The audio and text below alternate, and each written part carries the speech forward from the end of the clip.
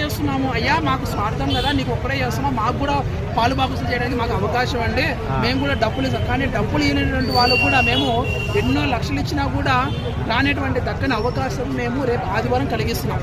ఎంతో పురాతనమైనటువంటి ప్రసిద్ధి కాంచినటువంటి స్వయంభుగా వెలిసినటువంటి ఆ పుష్పాచలేశ్వర స్వామి వారి యొక్క దేవస్థానంని గర్భగుడి ఉంది కదా, శిథిలం అయిపోయింది. ఆ శిథిలమైనటువంటి మట్టిని మనము క్లీన్ చేయడం అంటే పరిశుభ్రత క్లీన్ చేసేసి ఆ మట్టిని పక్కన పెడతాం. సో అట్లాంటి చేసేటువంటి మహాపుణ్య కార్యక్రమం, నువ్వు 1000 ఇచ్చినా 100 ఇచ్చినా నువ్వు గుళ్ళో ఏం చేయలేవు. సో అలాంటి అవకాశం ఈరోజు నీకు నాకు మనందరికీ దక్కింది. సో అలాంటి దక్కిన అవకాశాన్ని ప్రతి ఒక్కరు కూడా సద్వినియోగం చేసుకోమని మనం చెప్తాను.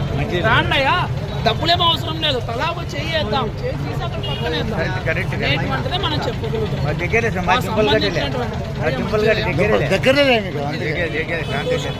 తప్పకుండా ప్రతి ఒక్కరు కూడా రావాలని మేము కోరుకున్నాం. అదే ఆదివారం